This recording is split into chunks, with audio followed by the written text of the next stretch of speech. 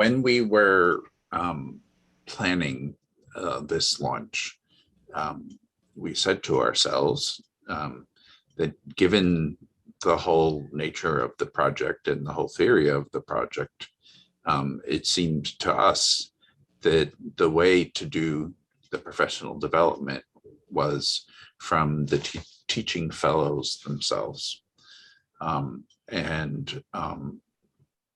With that in mind, I asked Steve and Ben if they would be willing to take on the task. I know Steve for quite some time now. I'm not quite sure. I know that we met because he wrote his blog in the days before there was Twitter. When Twitter was only a glimpse in somebody's mind. And I was very impressed that he was writing on classroom issues, not just sort of broad education policy issues, but how to do really positive, engaging work in his classroom. Over the years, I've sort of recruited him to do various sorts of tasks, including testifying before the US Senate on sort of the pernicious effect of standardized testing and why when they were in the process of looking at what should replace No Child Left Behind, they should lessen some of that burden of testing. And the other thing I want to say about Steve is that he sort of on his own initiative reached out to the folks that were doing the C3 standards. Remember the Common Core Social Studies standards that they left till last because math and English are going to be so easy. And so they never actually made them official. But there was a version that was very much, I think, in line with the sort of inquiry learning that guides this project. Steve, just on his own initiative, had reached out to the folks who were in the process of developing that and had engaged in a dialogue with them. And Ben who came to me via Steve, all good things come from Steve, is a teacher at a school, a consortium of schools in New York City, which Steve's school is also in, which are focused on performance assessment work. They're able to use performance assessments in a number of fields as replacements for the required Regents exams, which other schools use. And they also have matched that sort of performance assessment with this philosophy of engaging students actively. I've been very happy to make Ben's acquaintance in this process because I think, as you see, both Steve and Ben are reflective practitioners who will guide us today as we look into the pedagogy of what we want this project to be. Steve? Yeah, thanks for the overly kind introduction, Leo. Just so everyone knows, I mean, our stance here is that number one is facilitators of our thinking and learning today, just as we would do in our classrooms, but also that we are by no means the holders of any expertise on this. And I imagine everyone in this group could have had a very similar introduction from somebody who has known them as long as Leo and I have known each other at this point. So we're going to be kind of doing three different things together with the goal of thinking about the pedagogical goals of this mission today. But we're going to start with the things that we're all already doing. So what I'm going to ask y'all to do to start is take about 10 minutes and think about a great lesson you've taught or might have taught in an alternative universe at some point, or might consider teaching in the future, that has something to do with civics. And that could obviously be something within a civics class or a government class, but also, you know, I was thinking about, I think it was Ryan teaching ancient civics. Yeah, ancient world. You know, when you're doing ancient world, you're teaching about the Greeks and democracy or the Roman Republic, like that. That's also teaching civics. So we want to think about civics here in the broadest possible way, and just take about 10 minutes to think about a great lesson, and then just type up a short description of it. And just as a heads up, we're going to ask you to copy and paste that later. So you're better off typing than handwriting. So we'll take 10 minutes to do this. If you got any questions about anything, feel free to ask out loud, or I'll be keeping an eye on the chat as well. Well, first I want to just give an overview of what we're going to do today. And then we're going to be thinking about our goals for this project. So this first thing, we're reviewing the pedagogical goals of the project. Yesterday, we looked at some of the content. This is the other side of that. We're going to examine how the lessons we've talked about or written about here are already meeting these goals, and think about what it means to meet them on a broader level.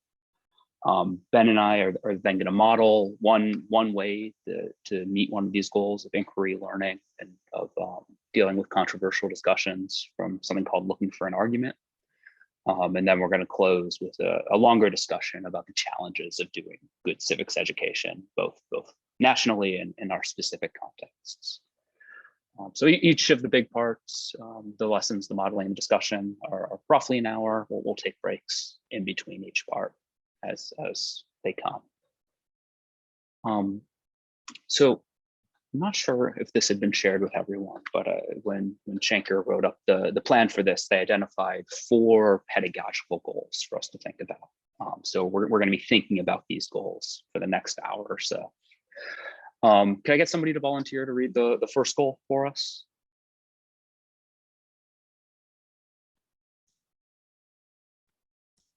I'll do it. So, goal 1, practicing civic skills. Our philosophy is one of learning by doing, in which students are given the opportunity to learn both the knowledge and the skills of democratic citizenship by engaging in the work of democratic citizenship. This means that students, 1, identify problems in their communities that they want to address, 2, research the causes and possible remedies and ameliorations to those problems, with a focus on what different levels and branches of government and different institutions in civil society might do, and historical context and examples. And 3, plan and advocate for particular action. Thank you. Number 2 is quite long. Somebody willing to read number 2 for us? Just a warning, it's 2 slides. Thank you. All right. We embrace the teaching of democratic deliberation. Different opinions, ideas, and solutions should be considered before advocacy begins, such as a process is intended to build on students' prior knowledge and to help students gain a deeper understanding of the principles, issues, and institutions involved in the democratic deliberation, decision-making, and compromise. Such efforts will necessarily involve the examination of controversial issues and ideas. Disagreement and controversy are the warp and woof of political life. They are what makes civic education come alive for students. Thus, we believe schools and teachers should not shy away from disagreement and controversy, but rather embrace them and empower students to confront topics and questions on which reasonable citizens may disagree, even as they seek to acquire factual arguments that might persuade one another. To achieve this, it is important that teachers use the classroom to model democratic deliberation in civic life, ensuring that all voices are heard, especially those of dissenters, that discussion is respectful with disagreement among positions and not individuals, that perspectives on a controversy are not simply asserted, but supported with reasoned arguments and evidence, and that principled compromises are part of democratic decision-making. Thank you very much. Number 3, nice and short.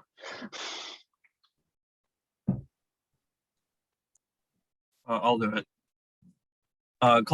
Culturally responsive engagement. We commit to not only being culturally responsive, but also duly recognize and leverage the knowledge and capacitate, and capacities.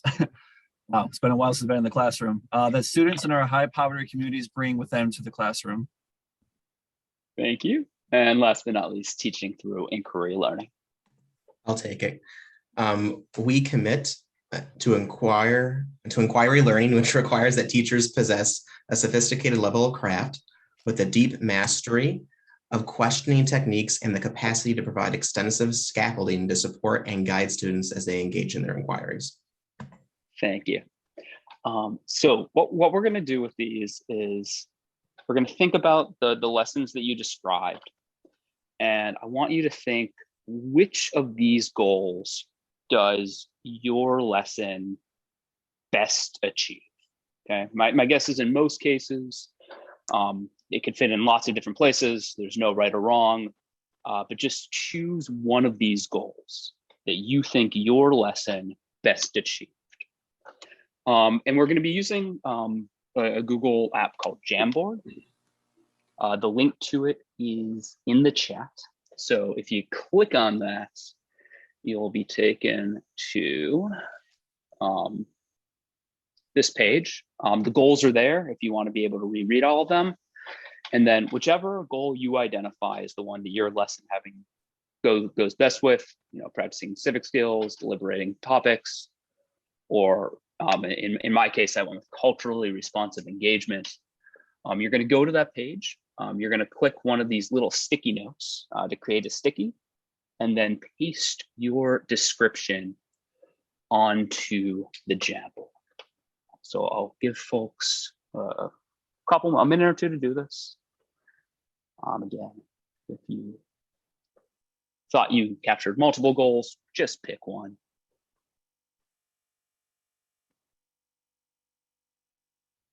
And if you don't think you did any of the goals, pretend like you did.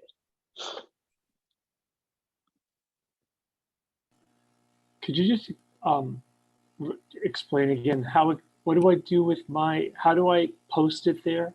Yeah, so you're gonna, on the left side of your page, let's see if I can get my pointer on. There we go.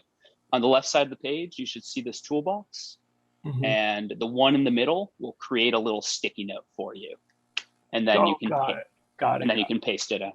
Thank you.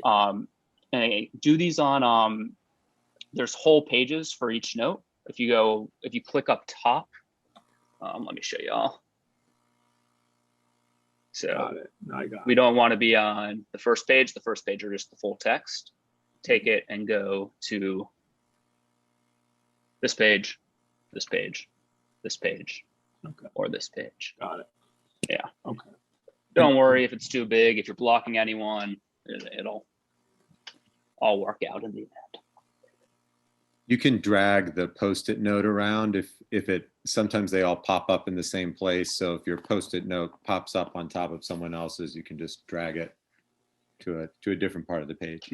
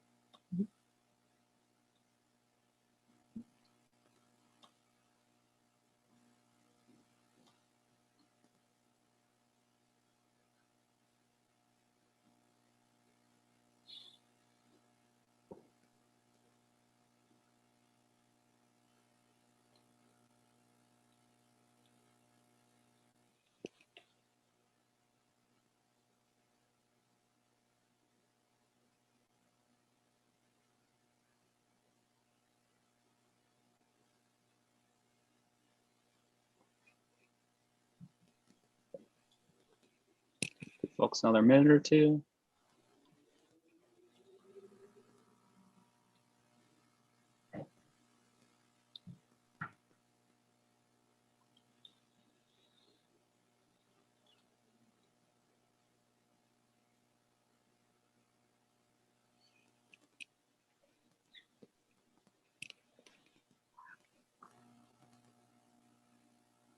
as folks are finishing up, I just want to kind of make explicit the thinking behind this activity to start a professional development.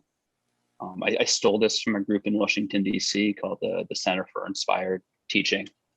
And I mean, obviously here we have a group of experts, but we're also all going to be working in our homes, towns with, you know, a wide range of experience levels. And this is a nice way to bring teachers into something where you're not starting with like, here's this great thing we want you to do, but starting with the work teachers are already doing, and trying to elevate that work and identify the parts of that that's worth keeping and building off the strengths that teachers bring, regardless of their experience with this types of learning or teaching. I've been asked to go into very, very hostile rooms of teachers for very good reasons. And this has won them over every time when I don't really say much for the first hour.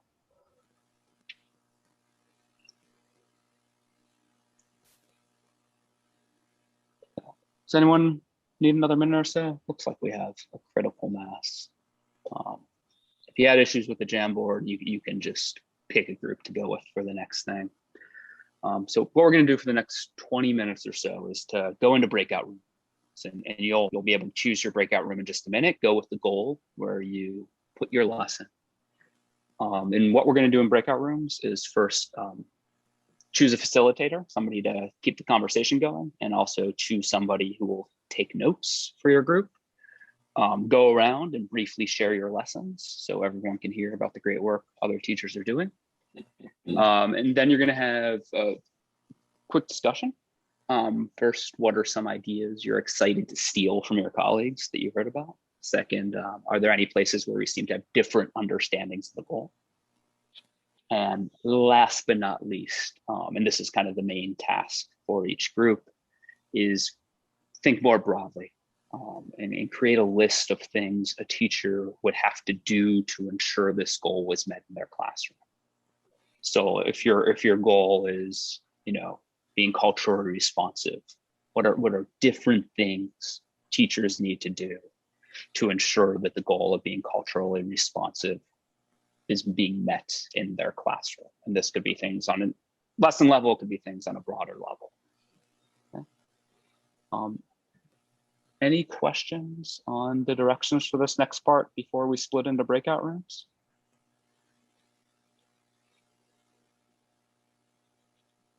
Okay, and I'll come around to each breakout room and paste these directions into the chat so you have a record, because sometimes when we go to breakout rooms, we lose the chat. So 1 sec for me to open up rooms. Okay, so breakout rooms are now open. You should be able to choose the room you want to go into and move into it. If you have an older version of Zoom, it might not work. Just let me know which room you want to go to and I can move you in if you can't join yourself. Welcome back, everybody. So what we'll do now is just go through each of the 4 groups, and we're going to ask you to share out the things you talked about that teachers would need to do in their classrooms to try to meet these goals. So let's start with goal number 1, practicing civic skills. What are the things teachers need to do?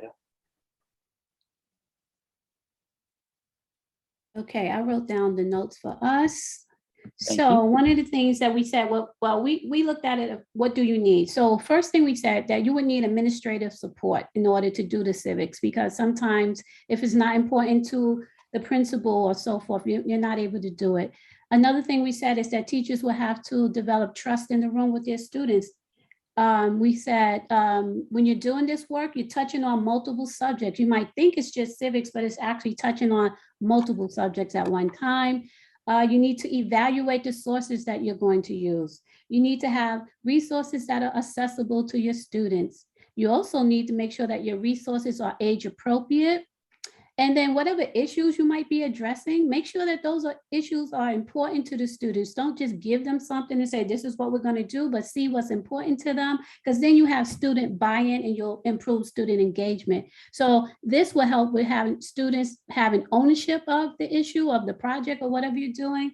And last but not least, and my other people from my group can add on anything that I might have forgotten, we say that you need to have curriculum flexibility. So you need to be able to change the curriculum if you have a curriculum, or creating your own curriculum so that you can do these civic activities.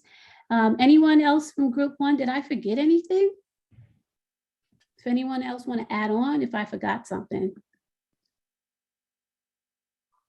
You did a great job, LaShawn. Okay.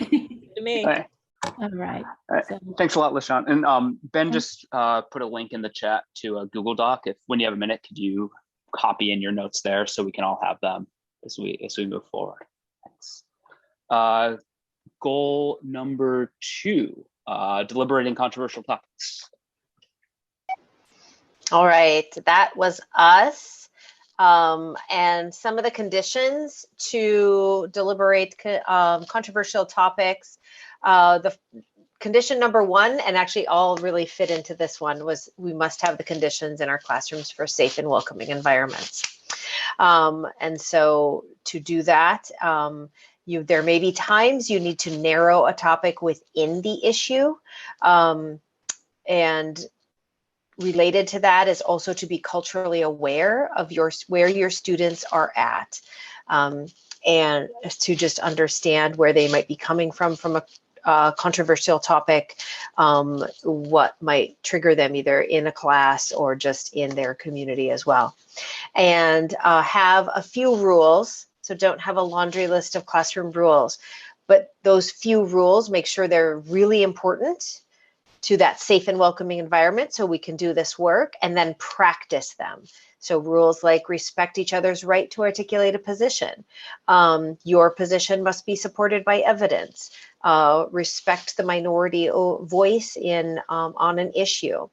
Practice those rules so students get really good at honoring them before the controversial topics are addressed, so that it becomes muscle memory for students by the time you are regularly addressing controversial topics. And every student has experienced being respected for their minority opinion, for example, or giving full time, or the expectation that they did have to bring evidence to the table to talk about their opinion. And then the last one is also teach families what respectful debate will look like in your classroom before any controversial topic is introduced, so that the first time a family member is not hearing about a controversial topic, particularly if there is a cultural awareness you need to have about a community in which you're teaching, or a community of students and families in your school, that the first time they're hearing about a topic that is incredibly culturally relevant to them, it's not when a student is talking about what they did in school that day, but they understand the context by which that topic will have been brought up by that student, and they know how that topic is going to be treated in the classroom, and that their child opinion will be honored, and their child will be bringing evidence. And again, back to all of those muscle memory pieces that would need to be part of a classroom in order to do this really well. Thanks, Mary Catherine. And if you have notes, if you could copy them into Ben's Google Doc, Yes. that'd be great. I'll do that. Goal number 3, being culturally responsive. All right. So based on 3 of us, our conversation, these were kind of the things that we noticed. The first one is that any issues or agenda items that you plan on instructing your students with should come from the students. They should have a agency and voice in determining what are the issues in our neighborhood, or what are the things specifically for us.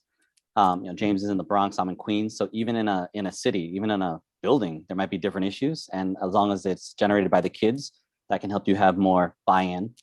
A tangent to the idea of getting student engagement is first knowing that sometimes they won't be able to identify what the issues are, because sometimes they don't have the perspective to not realize that other people have access to things they might not have, or they might not know that some people have parks that are not next to highways or whatever. So that's a push.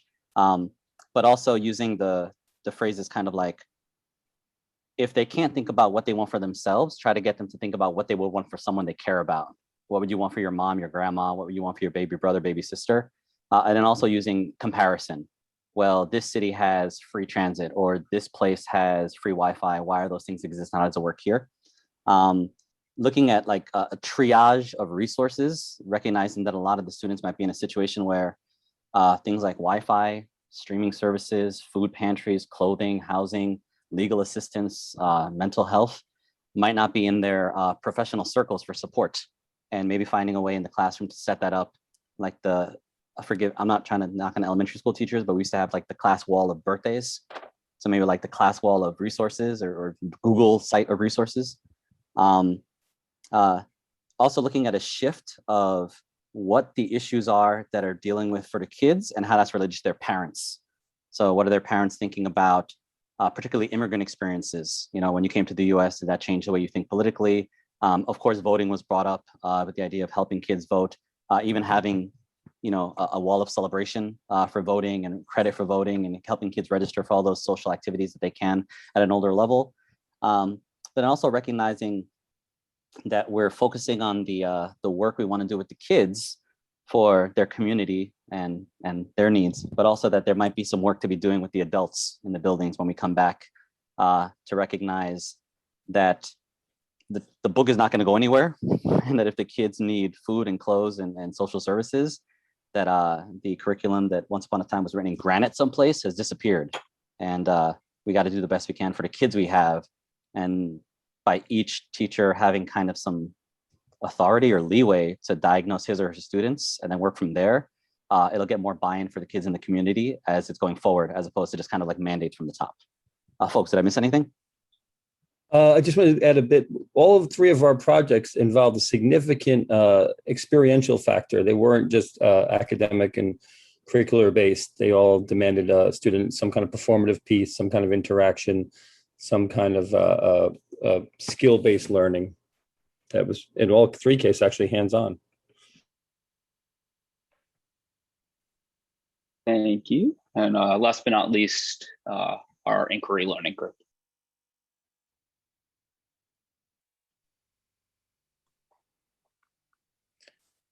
You're muted, Ben. This is the problem when you're the teacher, you're never muted, right? So you're like, I always forget I'm muted. Yeah, so we talked about a few things that make for strong inquiry, authentically debatable or open-ended questions. The idea of performance assessment or student created products. And there were some examples that people shared of those. The idea of asking the right questions. And Margaret shared the example of working with autistic students.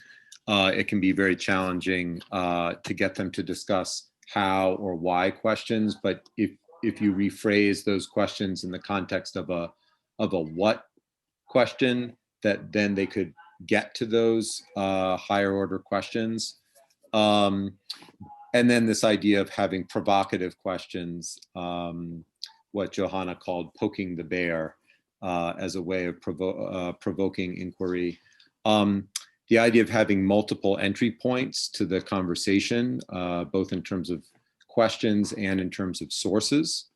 And then the idea of sort of levels of inquiry, and the idea of leaving space for inquiry to lead to more inquiry, so that good inquiry is going to lead to more inquiry, and giving students the space not just to talk about what they think, but then to talk about what they wonder next, based on what they're thinking, based on what they've heard their classmates discussing.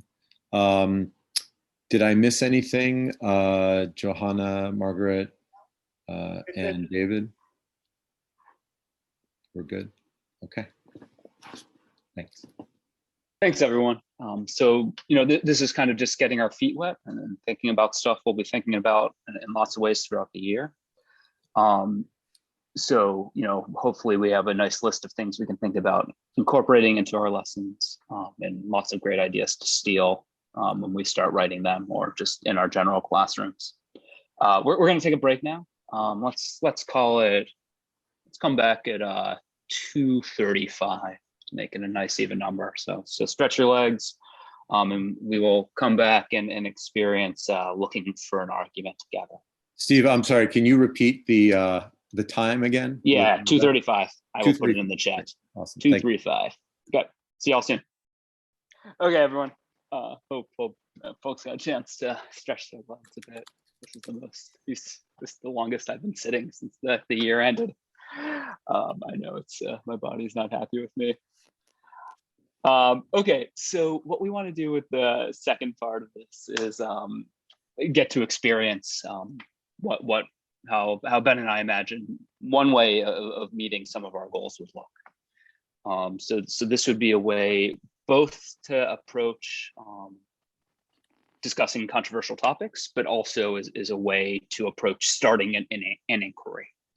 And the controversial topics part is going to be very obvious at the start, and how this would lead to a larger inquiry is going to be a little more subtle, but will hopefully come out and become evident in the next 40 minutes or so. So what we're going to model here is something called looking for an argument. Like everything good I do, I stole this from somebody else. So this model of inquiry actually comes from a course developed by two teachers at a small school in Manhattan called Urban Academy, from Barlow and Herb Mack. Actually, Herb was the principal for a long time. And at their school, and also in ninth grade at my school, this looking for an argument is the civics course. And the way the course works is each week looks at a different controversial topic. It starts with a debate and discussion, which is the portion we'll do today. It then moves on to, in the middle of the week, students read sources and annotate and take notes. And every Friday, they write a timed argumentative essay. So this is a course we actually teach our freshmen in their first semester. And the idea is that it's both, setting a foundation for a civics-focused social studies education, but also giving them practice with core academic skills that'll be the foundation of what they do for their next 4 years from us. It's also a structure I've used when I've taught, a 12th grade civics course or 11th grade US history course is a way to start off a larger inquiry. And then that's kind of how we're going to imagine doing it here. So we're going to go through together what the first portion of this looks like, which will give us a chance to have some civically engaged arguments together. So as I mentioned, each week starts with a controversial question. When I teach this to freshmen, some of them are more benign, like, should we have homework? Or is watching Disney movies good for children? That was actually an idea students came up with. Somewhere in the middle might be something like, who should our next president or mayor be? And then, with the right course, I'll get even more super controversial. Like, is it ever okay for a parent to hit their child? The question we're going to do today is should we still have a federal government? So this is the question we're going to be thinking about and debating today. The way we kick this off is by having two teachers debate the topic. So in this case, it will be Ben and me having the debate. And what we want to model here is the idea that it's about making a strong argument based on evidence. It's not about who is right or wrong on this question.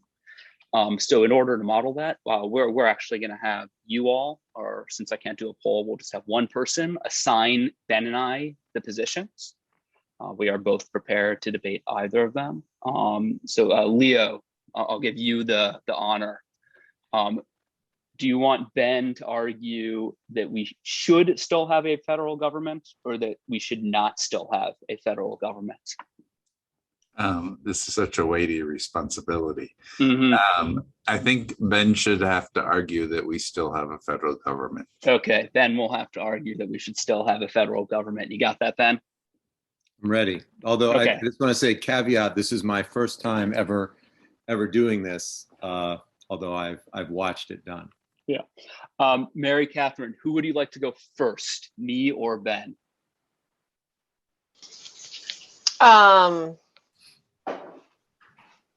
Let's do alphabetical order. Steve by last name. Let's have you go first.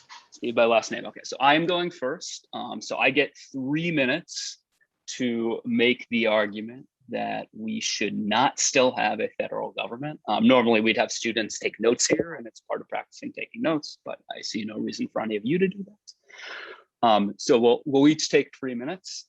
Then we'll split into 2 breakout rooms. I'll facilitate one, Ben will facilitate the other. And at that point, we'll open up the conversation for everyone else to jump in. Okay. So let me get my timer going. Steve, are you going to time for both of us? Can you do that? Yep. Yep.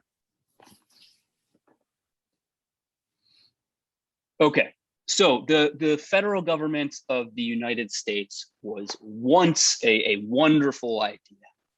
But unfortunately, its time has gone. Having one federal government for an entire continent is no longer feasible for a country of our size that is far too polarized by region. We have an urban coastal electorate that is very different from what you find in the Midwest or the South, and those differences are only getting wider. Just our current experience of COVID is just one point of that, where you have vaccination rates, over 60% in most coastal areas, and you have it under 30% in many rural areas in this country. Because there is such polarization by region, this makes it very difficult for any policy goals to be accomplished at the federal level.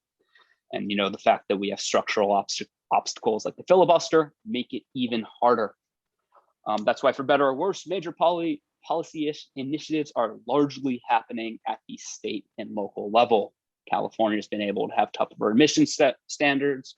There's criminal justice reform in New York. There is mass control of the instructional curriculum in Texas and other states. That is where things are happening. Second reason why we should get rid of the federal government is because it is unfair and undemocratic.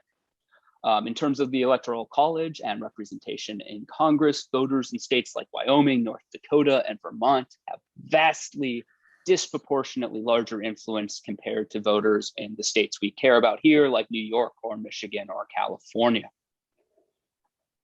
Third reason, as the rural-urban split widens, the concentration of liberal voters in a smaller number of states has given Republicans in less populous, more conservative red states an advantage for the Senate and the Electoral College. In our current 50-50 Senate, Democratic senators actually represent 41,549,808 more people than Republican senators do. Democrats control 29 Senate seats from the most populous half of the states, whereas Republicans control Senate seats from the least half of the state.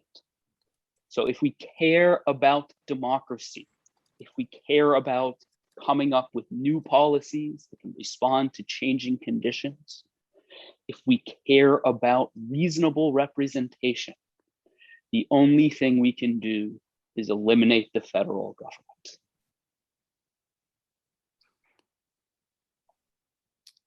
All right.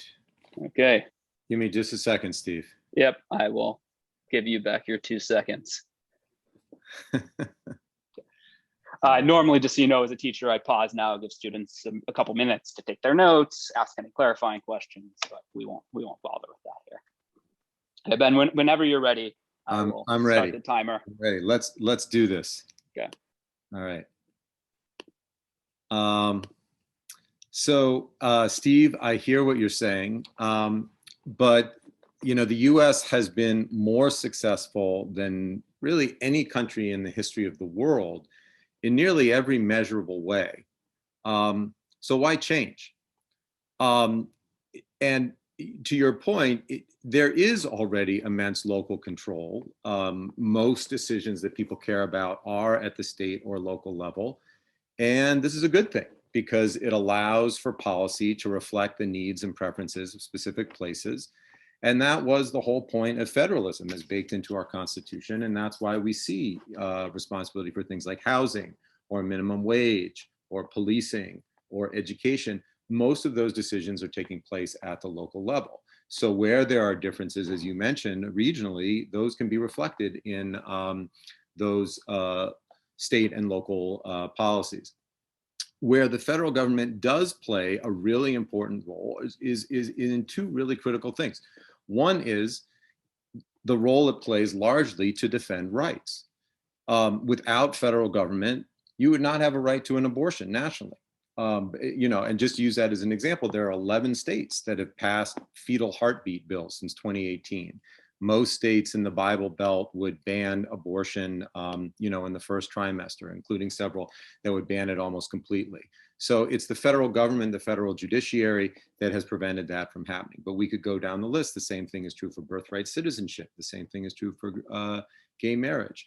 The same thing is true for voting protections, which, although they have been weakened, the only line of defense is from the federal government. And so the federal government is sort of the defender of last resort for minorities, whether they are racial minorities, religious minorities, whether we're talking about Native Americans, whether we're talking about LGBTQ Americans, and we just cannot give that up. And we cannot leave our fellow citizens at the mercy of majorities in specific states that would oppress them. Secondly, funding. A lot of funding comes from the federal government. And just to speak of, let's say, in New York City, almost half our funding for public housing or for ACS, a third of our funding for Department of Homeless Services, things like that comes from the federal government. And then lastly, the role the federal government plays in sort of federal programs, things like Social Security, obviously education, you think about for college, federal Pell Grants, federal loans, Medicare, Medicaid, food stamps. So many parts of our social safety net are reliant on the federal government. And while wealthy states might be able to do that on their own, other states cannot. And so we need the federal government.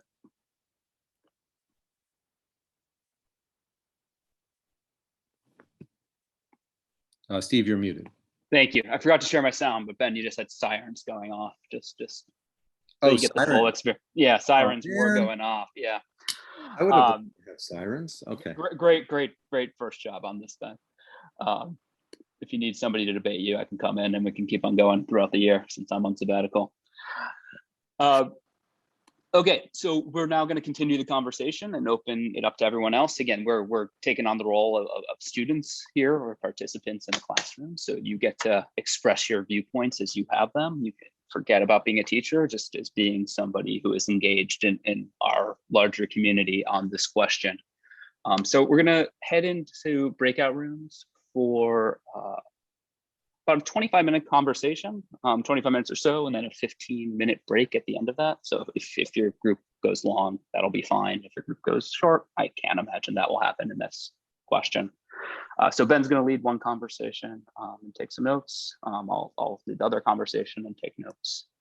And then we'll come back together to debrief this in about 40 minutes. So again, the question is, should we still have a federal government? And we will have a conversation about that. And Steve, just to clarify, we're going to debrief after the break. Is that correct? Correct. Great. Yeah. Okay, everyone. We are going to come back together and debrief the experience we just had. I'm thinking about looking for an argument. Before we do that, just a sense of what this might look like in a normal week. And I know this came up in Ben's room, but this is far too big a question to do in a week. I would never do a question like this in like the course where you're doing a different question every week. But what would normally happen is, we'd spend the Monday class discussing, then the Tuesday, Wednesday, Thursday class, I put together reading packets for the students. They give them a variety of evidence they could use to make the argument. I'll usually start it off with like a pro and a con article so they can have it, but I try to make the other stuff in the packet stuff that isn't a direct answer to the question, rather stuff they have to think about and use in some way, shape, or form.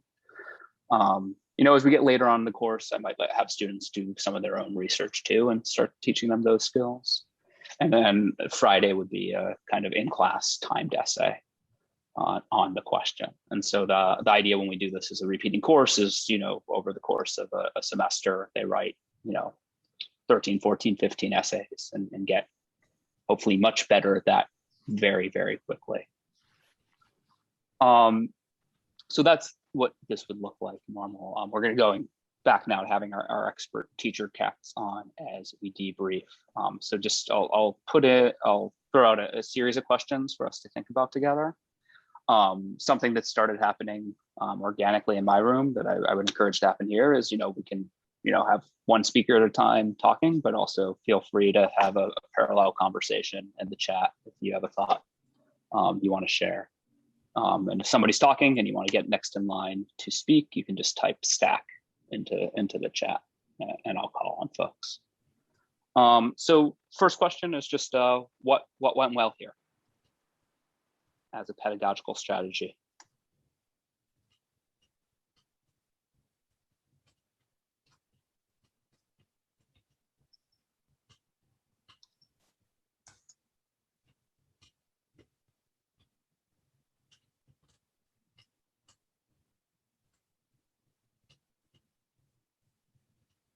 I guess I'll say something. I guess, kind of hearing first off, like you guys modeling it was pretty good. And then hearing both sides of the argument, you guys were already prepared. So you already like kind of knew what you were going to say.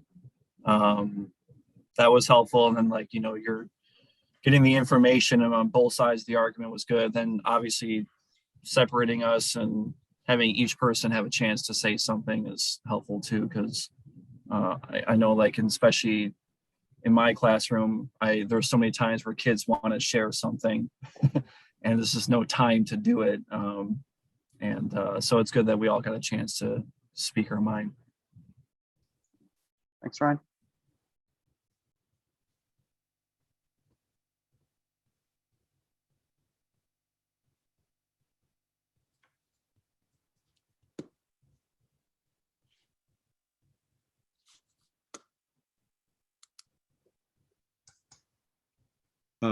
I'll go just to say that I felt like the comments that teachers were making in the follow-up really deepened sort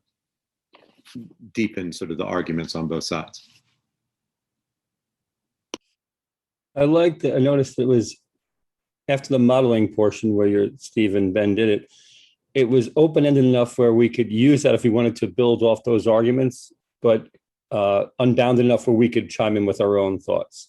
And it wasn't like, this is the way to do it or the argument to make.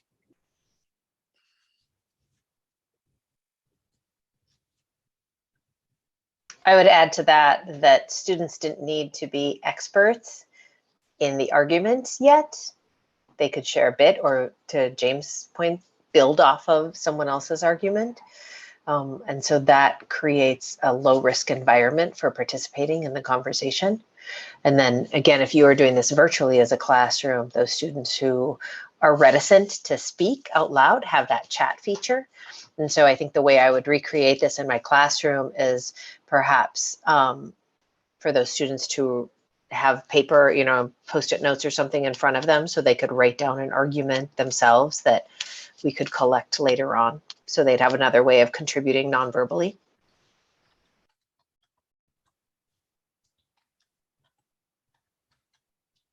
And just to that point, it's easy to scaffold for students with processing issues, that you don't have to be the first person. The assignment isn't due at the same time for everyone. Like, this is the sort of thing where I can listen to James and I can listen to Steve, and I've got processing issues, so I can contribute later on in the conversation. And it's just a contribution. It's not an accommodation, even though you've built accommodation into the lesson. I have a question. Mm-hmm. The teachers who've done this, if they're starting off with the debate without really any kind of background knowledge, how are they getting the kids to, is it just going off like what they know, like their just their background knowledge and like emotions, or like do they kind of tell them on Friday, hey, you two, here's the topic for Monday, you're going to debate this or give some points on Monday? Like, what do those teachers do? Ryan, I'm going to hold that and answer it in a little bit. We'll just because I don't want to get in the way of folks talking right now. But yeah, I got that question. I'll answer it in a little bit.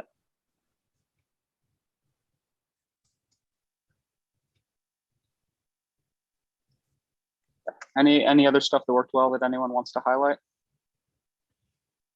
So I think it sort of goes without saying, but no one's saying it, so it might be worth saying, which is that what is, I think, when well here and what's valuable is it's a vehicle for engagement, that it involves all of the students, involves all the participants in Jesus.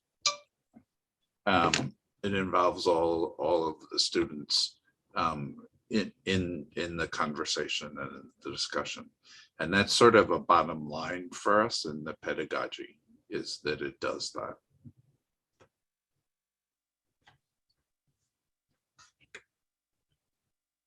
Great, thanks. So second question I want to ask us to think about, and I mean, normally in a debrief, it would be how could this be improved, or how could we do better, or how could the teacher do better? But since we're not going to do this again, I'm going to change that question a little and ask people to think about how might, if you were doing this with your actual students who you teach, whether it's a different age group than we currently have with us, or different backgrounds, or different levels of engagement, how might you need to tweak this to make this work better for your specific students who you teach? Yeah, that was a question I was thinking of. How do I bring this down to the fourth grader? Because sometimes I'm giving a fourth grade class to teach. Do you have any ideas? I'm beginning to look at the questioning techniques, whereas I think I would have to do more scaffolding with questions, with me being the one to like prompt or give, push them along. Like versus this one that you've done, you didn't really have to push or ask a lot of the questions, but at the fourth grade level, it's gonna look a little different with what's in the questioning, more scaffolding there and more redirecting sometimes, because I've taught them this year virtually, and most of the times I had to jump in to help guide them with their questions. Yeah, and like what some of the resources they should be looking at. Great, thank you.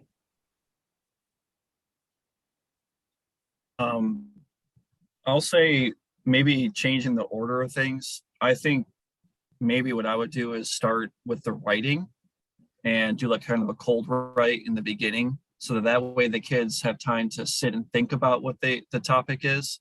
So they do that, they could discuss, have a simple discussion first as a class or with groups, whatever. Then, spend the next few days giving more information. Here's the reading, here's this and that. And then at the end, we do the debate, where like kids are a little bit more well-versed in the topic. And, you could still do like a small debrief writing thing after the debate. But I think I would flip the writing and the debate than what was originally done. So. Yeah, usually I find that, when I present them with primary sources like a drawing or something or a photograph, that catches, their attention. So I'm thinking of like, I would need to begin with maybe a picture or maybe two pictures to present both sides, so they get to, some sort of some conversation going. And I leave the writing for last to the end, but it's the hook or the engagement I'm looking at that will get them going.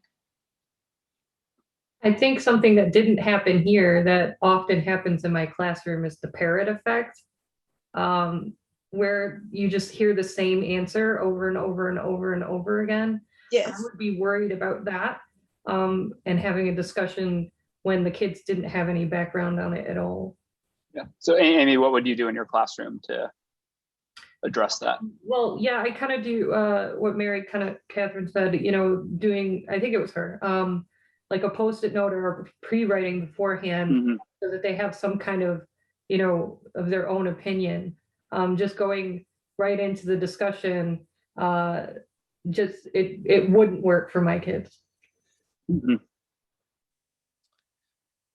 In my class, my students have tablets, and I use the game Kahoot, where I have them, they anonymously can answer because this with the idea of the parrot effect, when my students hear one person give an answer, then they all want to say the same thing, because I said, that was a great job. They all want to hear that was a great job. So they all say the same thing. But when they have to press either a yes or a no on a screen and nobody else is knowing that they answered it, I get more authentic answers to the questions, and I find that helpful. Thank you. I went ahead and shared a link in the chat box, and I don't know if everyone's has heard of this before, but it's called Middle Ground. It's a very cool YouTube channel that I know. Actually, my students told me about it, so if they're looking at it, that's a good start already. And if you look at some of the titles for the Middle Ground YouTube channel, you'll see kind of good questions already embedded in them. Can rival gangs coexist peacefully? Can LGBTQ and Christians see eye to eye? And in the past, I've shown excerpts. Sometimes I've shown the whole 15, 20-minute video. And I guess from your perspective or mine, you know, I can show this entire thing before, but also going off of Amy's parodying effect, would they just kind of utilize the things they hear from the video instead of their own ideas? Or would this be better to show after kind of that discussion in class? And so if you do happen to watch a video, you know, it's just, I love these videos. I mean, as civics people, this kind of goes directly to what we find engaging and interesting about this is it kind of takes kind of that four corners, you know, agree, disagree, et cetera. And they bring people together based on certain questions. They have a dialogue. And so when we talk about debate, I guess we can't forget about the word dialogue either. And I think this is more focused on dialogue than debate. But I don't know if anybody else here has heard about it or has any feedback about that channel in particular. I found it to be very interesting. Never heard of it. Thank you for sharing. Yeah, take a look, people. And, Tina just shared one with us too. And please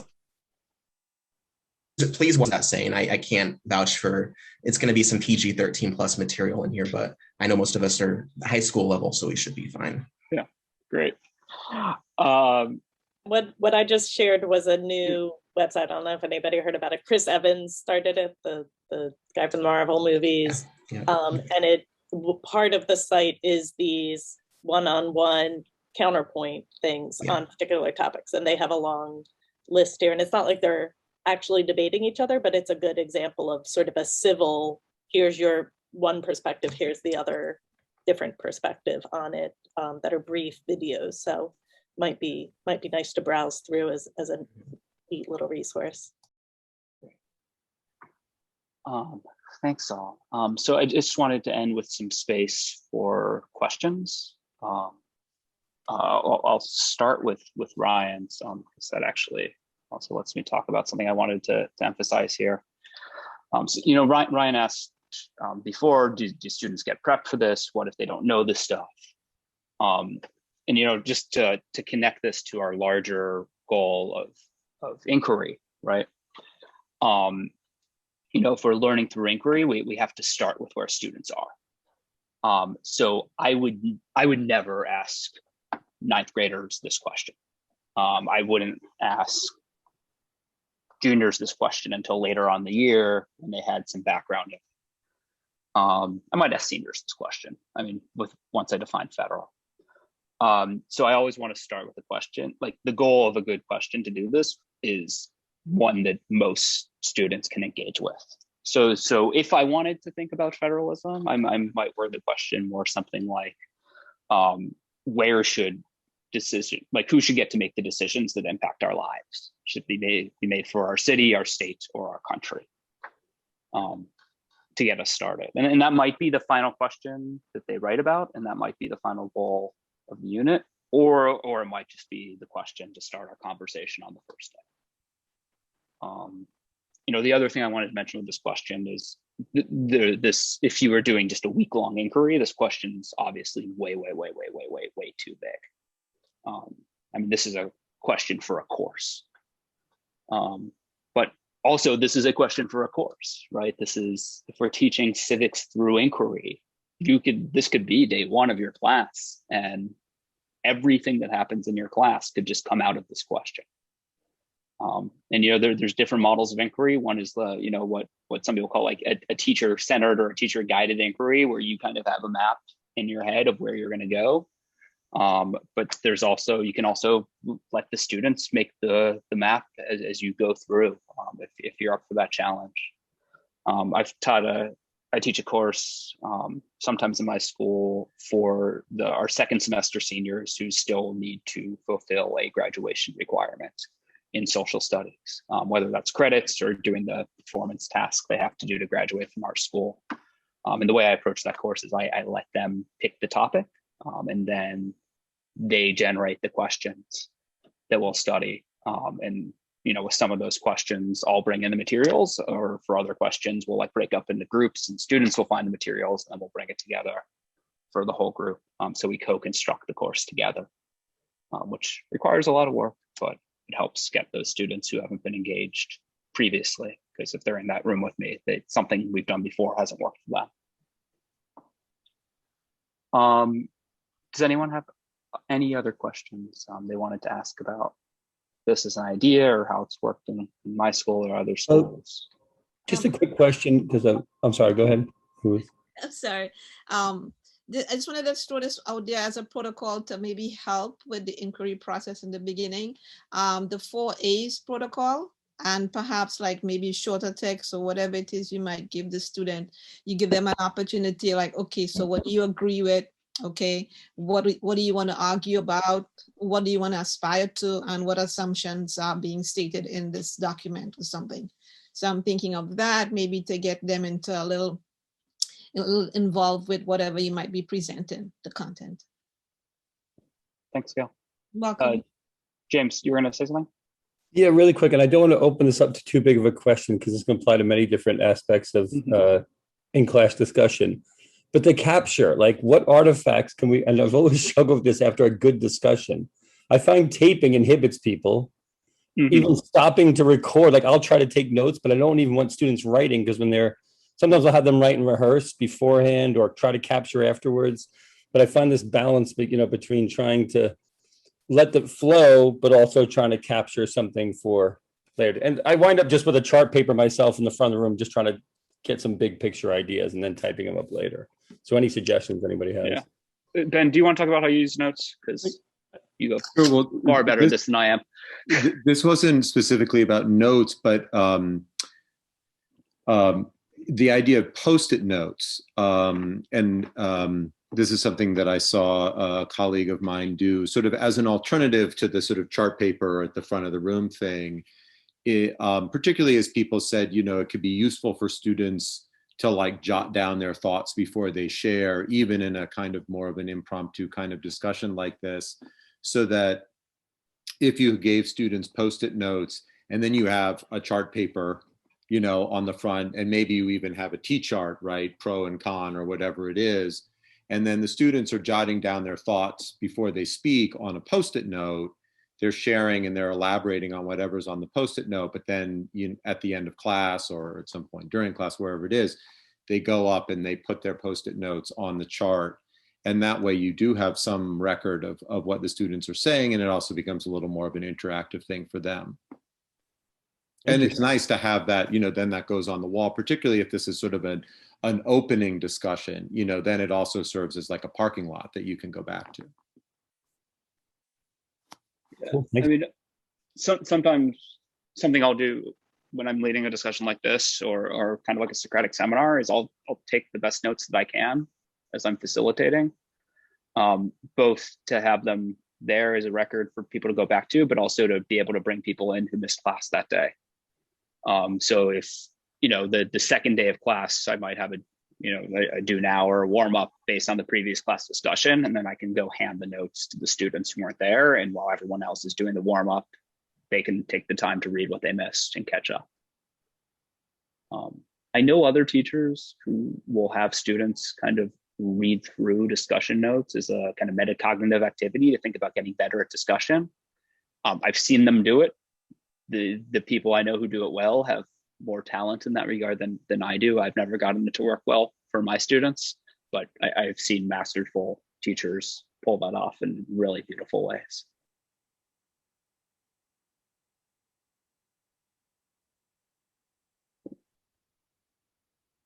Any other questions about the looking for an argument technique or course before we think more broadly about the challenges of doing civics?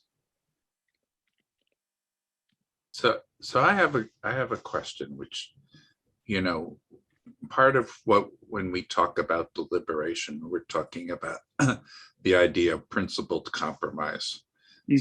So I'm wondering, it seems to me that we might need a bridge from this sort of activity, which is actually sort of encouraging students to define themselves in opposition to each other, to the process of how do we come together and find common ground that, you know, reflects all of our sort of insight. I think this is a necessary moment. I don't think you start out, you know, without this sort of definition, but it does seem to me like if we want to get students to that sort of coming together moment, we need a bridge.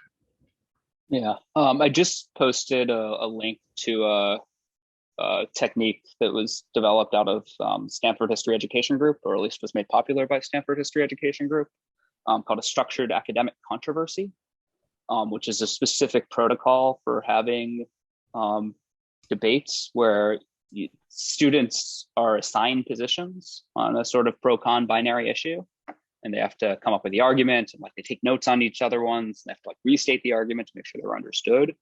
But then the kind of key move in it that speaks to what Leo just brought up is at the end of like the assigned position, everyone abandons their position and everyone in the group has to come up with a consensus answer that they all can agree to on whatever the thing is. There's lots of ways to do that. This is one I've had a lot of success with.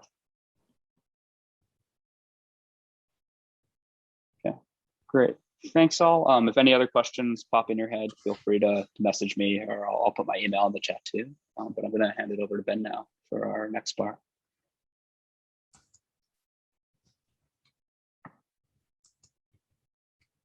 Ben, you're muted. I'm gonna do that every time. I'll just tell you now, so someone be prepared to tell me that. This is our last thing that we're going to do today. I know these are long days, so I appreciate people sticking with us for one more activity. So for me, one of the things about civics is just that there are things that can make civics, teaching civics, more complicated. And some of those things are things that are sort of complicated in terms of good teaching in general, and some of those things are more specific to civics. But it seemed like, sort of in the spirit of sort of shared expertise that we have here, it would be interesting to have a conversation about what some of the things are that can make teaching civics complicated and challenging before we move on to do this work. So I'm going to share my screen now. Wait a minute, sorry. Not going to do that yet.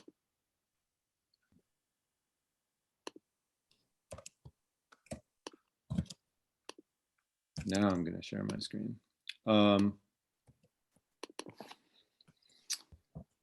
So we want to have a discussion about what makes teaching civics complicated. And in order to do that, the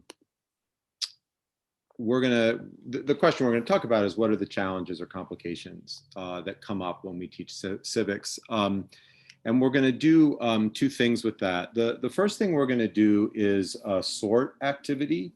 I'm going to give an example of that and just talk a little bit about what a sort is first. I'm guessing many of you have used activities like this. But here's an example of a sort activity. This is a legislation sort,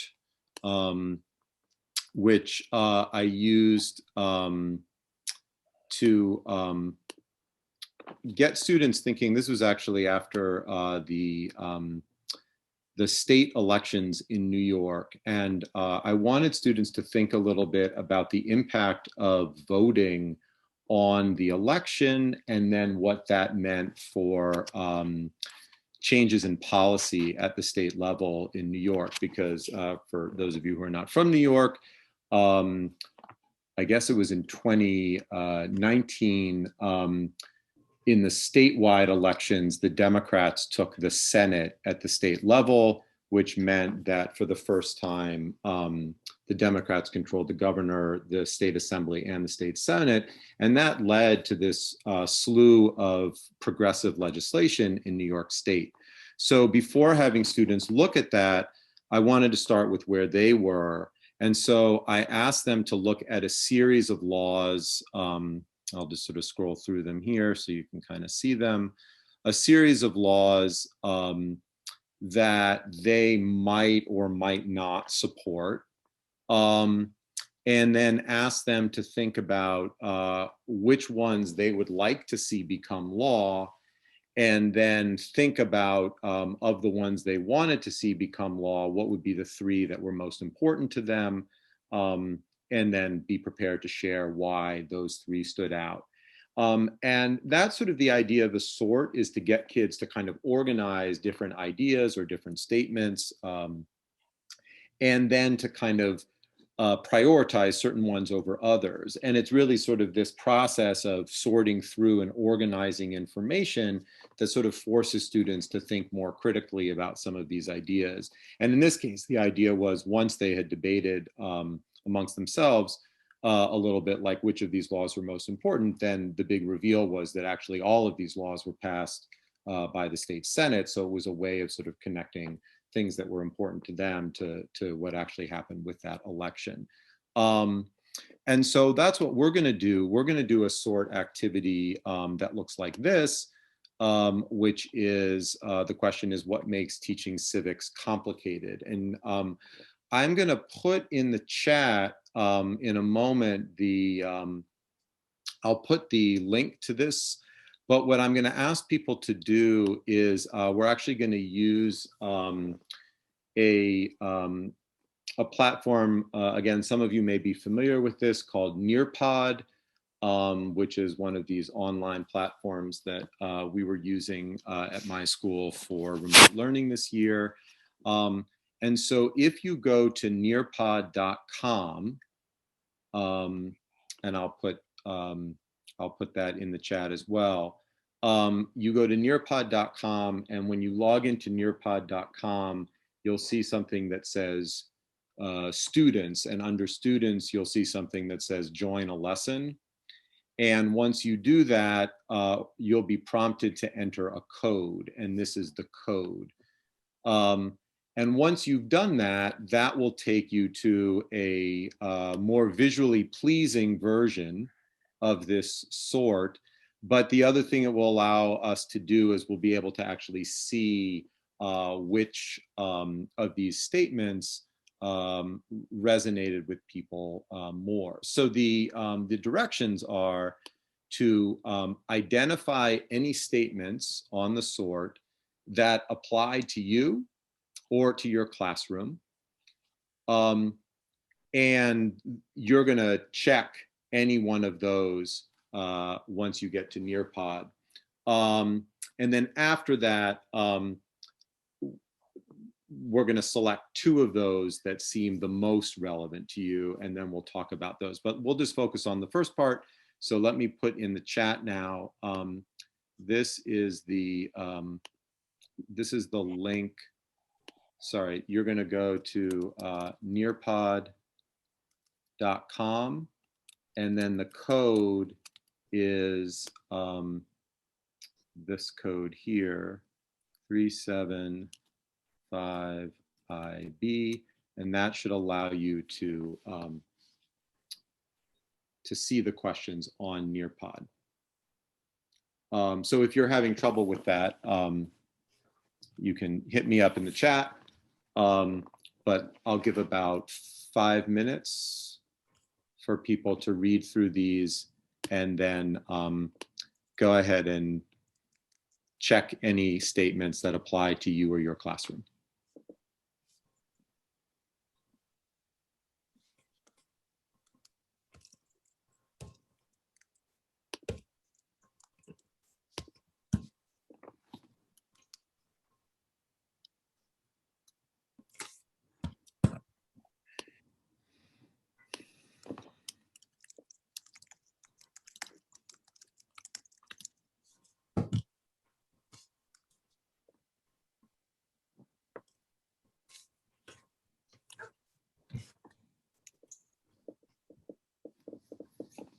And I'll put in, here's the link to the sort as a Google Doc as well. One second.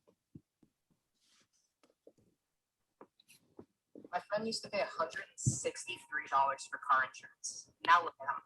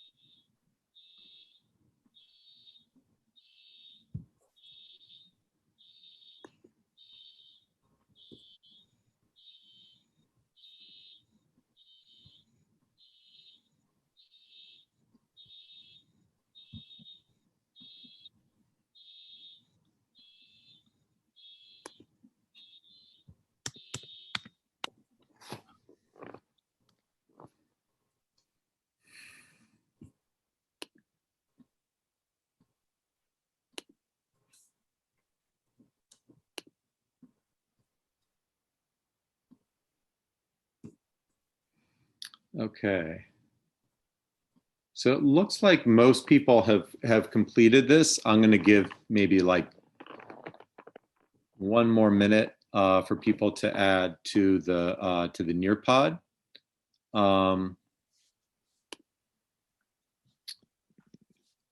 But while you're doing that, I'm going to go ahead and share my screen again.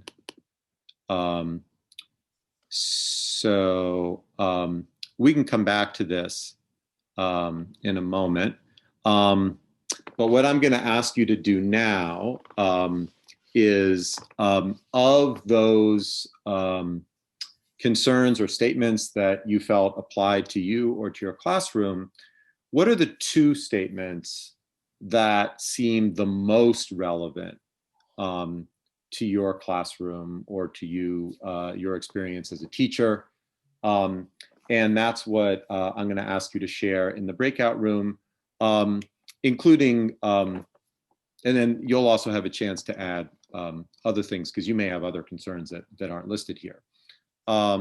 So while you are selecting the 2 statements of the ones you identified that seem most relevant, I will be putting you into breakout rooms, and I will also share right now the Nearpod screen. For those of you who haven't used this Nearpod poll, it's kind of cool because it allows you to see which statements were selected the most. So it's interesting. The one that seems to have been selected the most is the concern that students have little to no background in how the government works. I will say that I've never done this with quite as many options. It works better if you've got like a poll of like 3 or 4 things and you're asking students to choose, then it's a little easier to follow. Okay, so you can take a look at that. I'm gonna quickly put people into breakout rooms.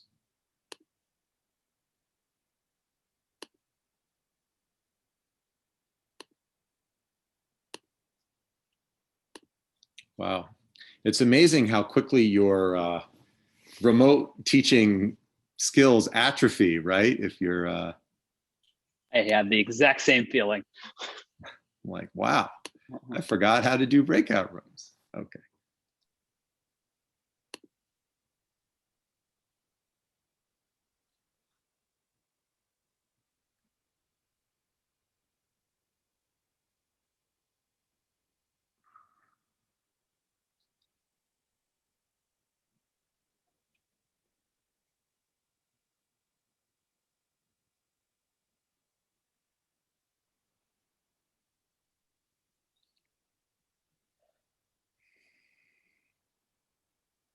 Okay, this looks pretty good.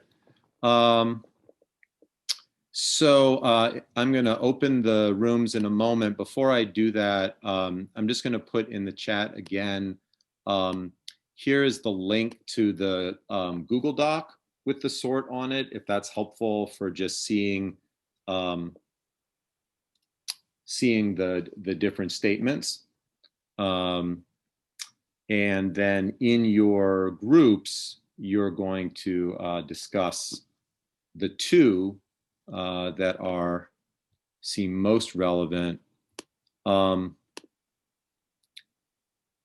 let me just share this here. What were the top two challenges each of you chose, and then talk a little bit about why they're relevant in your classroom, any additional challenges you or your group came up with around civics in your classroom. And then once everyone has shared, we'll take a little bit of time to talk about what are some ways of approaching these challenges or complications. All right, so I'm going to open the breakout rooms now. Welcome back, everyone. So we're going to have kind of one final wrap up here, and I'll just share these questions. Close them.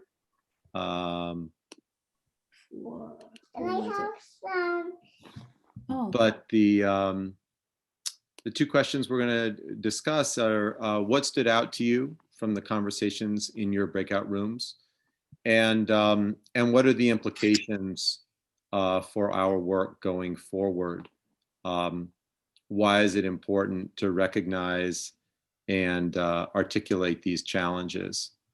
And again, like before we do this, just one more look at this poll. It seems like the 3 or 4 things that people in general mentioned the most were the one about my students have little background understanding about how the government. My students already feel alienated, disempowered, etc.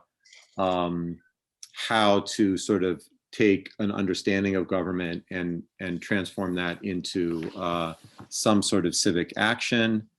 The idea that civics focuses on curriculum often tends to focus on the federal government, even though so much is happening at the state and local level. And this last one, I have to look at the sort.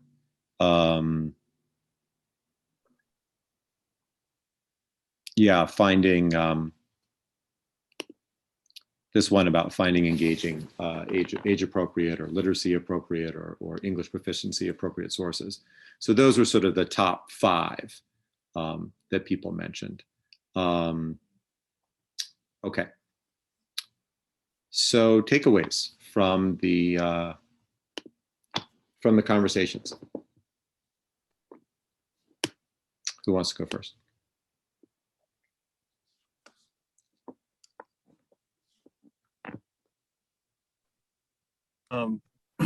I guess I'll go first. The discussion we had, I was talking to LaShawn, and I was saying, like, I'm in middle school, I felt it was kind of hard to get kids out and doing things for their quote unquote civic duty and stuff. And then she was saying like how even from the elementary level, they're already doing a whole bunch of things from elementary, middle, and high school. So I was like, oh, I guess there is a lot of things we can be doing better. But I guess I was just under the assumption, and I should not assume that because they're middle school, they can't do these things, but obviously they can. Even she was saying like even second graders in her school are cleaning up their neighborhoods. So. Yeah. And Ryan, if you look in the chat, the link to our website is in the chat. Sean put it in for you. Oh, great. Thank you. You're welcome. Awesome. Other things that stood out from your conversations?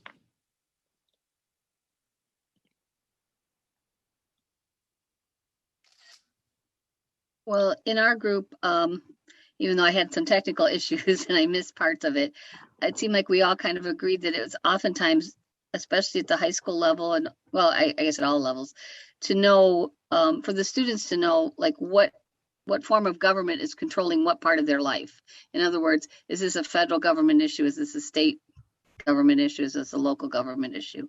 And Franco had some really good ideas on that about just letting kids, know, like his example was there's a Secretary of State in the state and there's a Secretary of State in the federal government, but they do definitely different roles. So I think that's important. Great, thank you.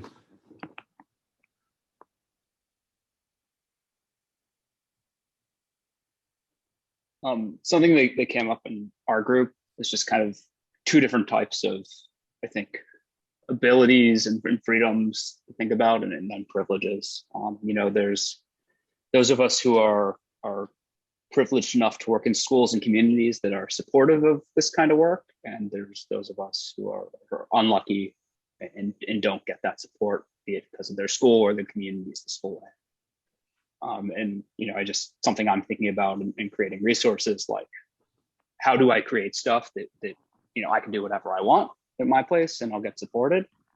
But how do I also make something that works for somebody who finds themselves in a school or a place, like where I started my career in Virginia, where something that seems entirely innocuous can get you in a whole load of stuff.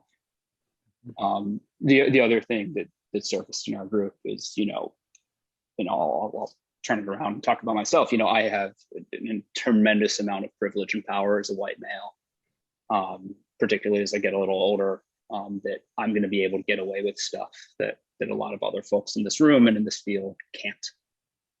So even if people came at me, the odds of me losing my job are slim, and that's not true for a lot of people who don't look like me. So just another thing, I'm thinking about as I write my lessons. What are the things that I get away with because of how I look and sound and my background that somebody else might not? Like how would you approach that if you don't have all the privilege and power that I have in our society and in my school? Thanks, Steve. Other implications for our work moving forward? Just sort of like why it's important to be thinking about some of these tensions or challenges? Just to add on to something that Steve just brought up, when dealing with like these controversial issues that might provoke some resistance from the administration or from parents, I have found that like what's given me sufficient cover is if I stick to current events around a particular topic.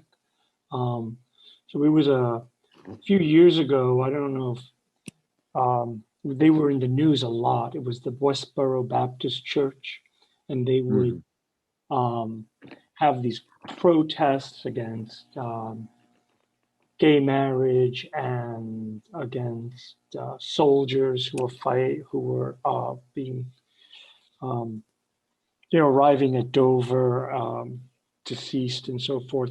And but their signs were, really like offensive, So it was a way of doing, addressing hate speech and freedom of speech and the right to protest and the right to assemble, but using current events I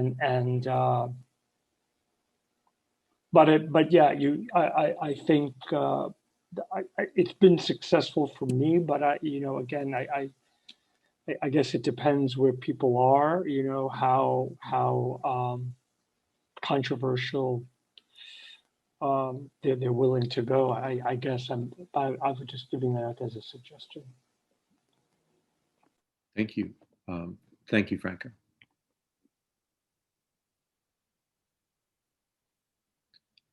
Any other implications for our work moving forward, or final takeaways from this conversation? Well, something we were talking about quickly in our group was sometimes there's an art to finding something that's already in your school and nudging that over, or making it through intention more civic minded. If you get my drift, and if you can start small and work with that and show the value to it for maybe some doubters or some people have reservations, you can kind of get an incremental approach going. And I don't mean to sound cynical. Also, if sometimes if it's, I don't know, something that looks very photogenic for the school, as it were, it's not the worst thing in the world to start advancing the cause.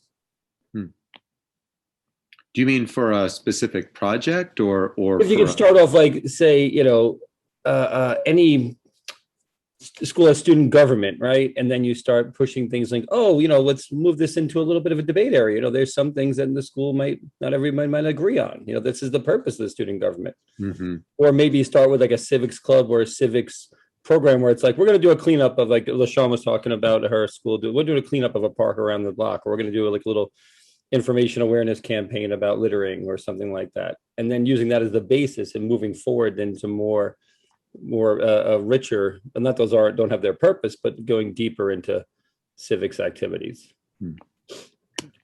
Taking the long view, I guess, is what I'm saying. Yeah. Thanks. And don't break. Miguel, you want to add something? Yes, thank you. Listening to a lot of the colleagues speak just regarding the environments that we create in our classroom is extremely important.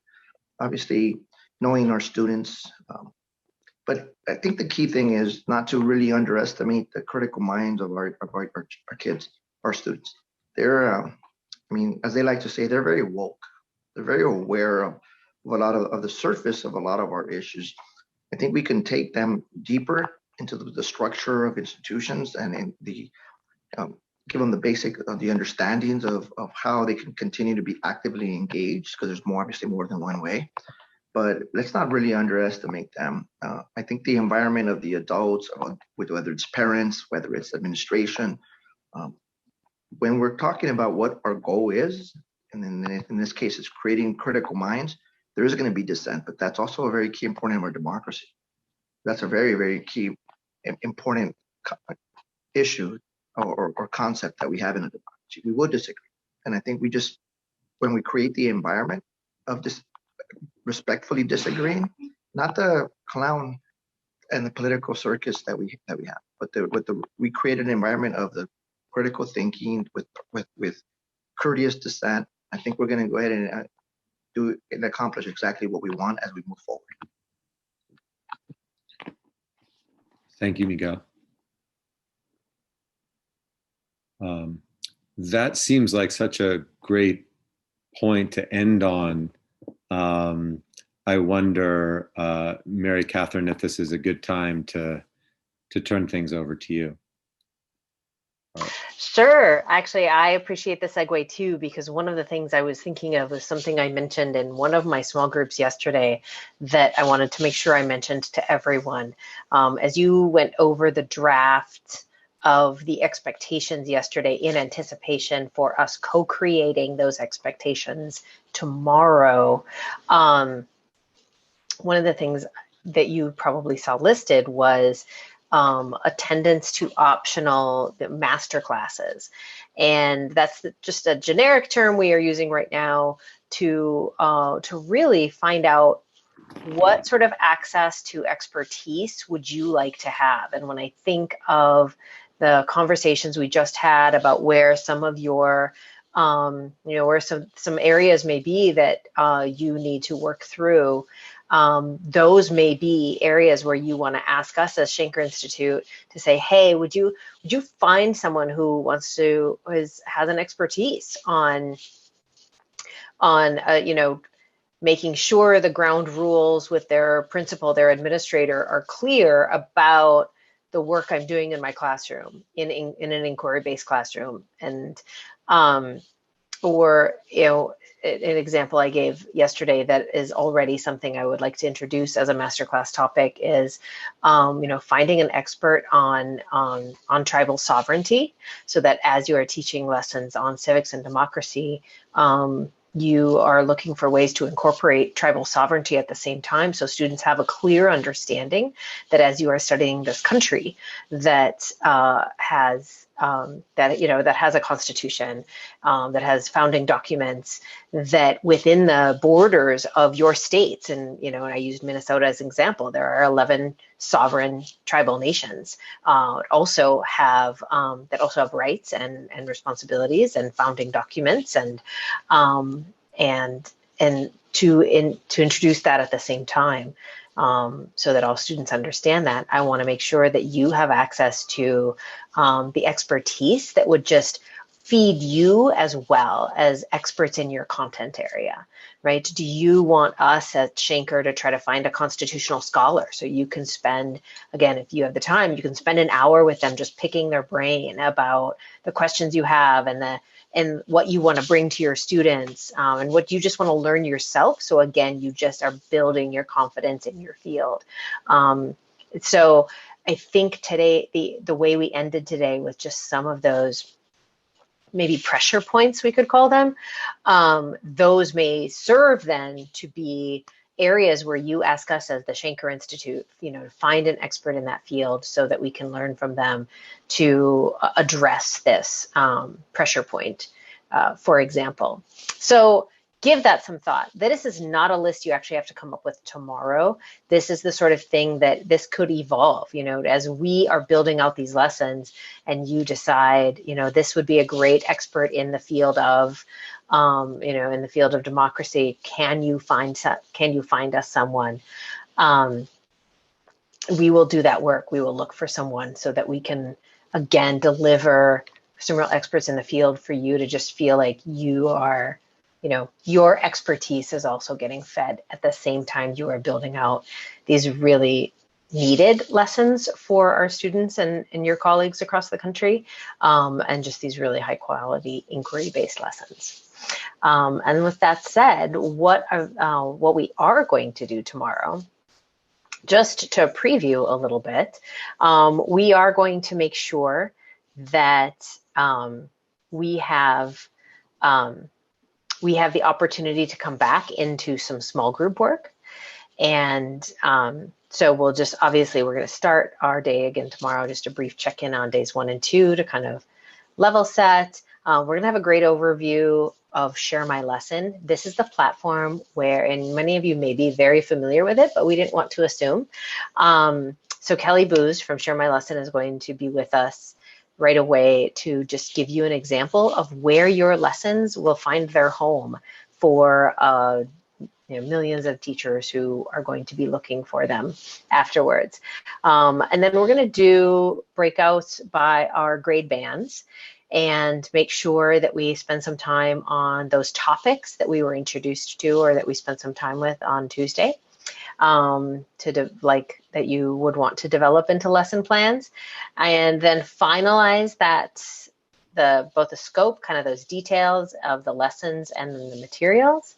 And then we're also going to make sure you spend some time in your district teams to begin creating that outline for your district meeting work sessions and what's going to work for you. And obviously, your coordinators are going to spend some time with you really figuring it out, since you know your school calendars best and what might work. And then we're going to come back together as a whole group to finalize those timelines, those products, make sure that we get them written into contracts to get back to you, both for the fellows as well as the coordinators. And then we want to make sure we wrap up with any questions you have. So if you've been developing a couple questions throughout these last 2 days, or if you come up with one tomorrow, or you can think of one tonight, we really want to make sure that you have an understanding of what we just launched this week with our introductory conference. And then we'll wrap things up. So really looking forward to spending the day tomorrow to kind of dot I's, cross T's, and and launch the lesson writing and the unit writing you'll be doing from here on in. Anyone else from Schenker Institute want to make sure to add any details I may have missed? Just to make sure, or clarification. I think you're good, Mary Not Catherine. seeing anyone? Okay. Great. Thank you so much, everyone. I just want to say, like, a Zoom round of applause for Ben and Stephen for leading us on this conversation today. It was outstanding. It was so wonderful, and thank you to everyone who welcomed me into your small groups too to discuss classroom teaching. Even though I am not a teacher of record this year, it was absolutely exhilarating to be among all of you, hearing your ideas, hearing the way you are already thinking ahead, and just being welcomed into that conversation of practice with all of you. So thank you so much, everyone. And thank you, Ben and Steve, for your leadership today. Thanks, everyone, for the privilege. Thank you. Thank you. Thank you all. Have a great day. See you tomorrow. Bye all. Bye. Everyone be Bye. safe.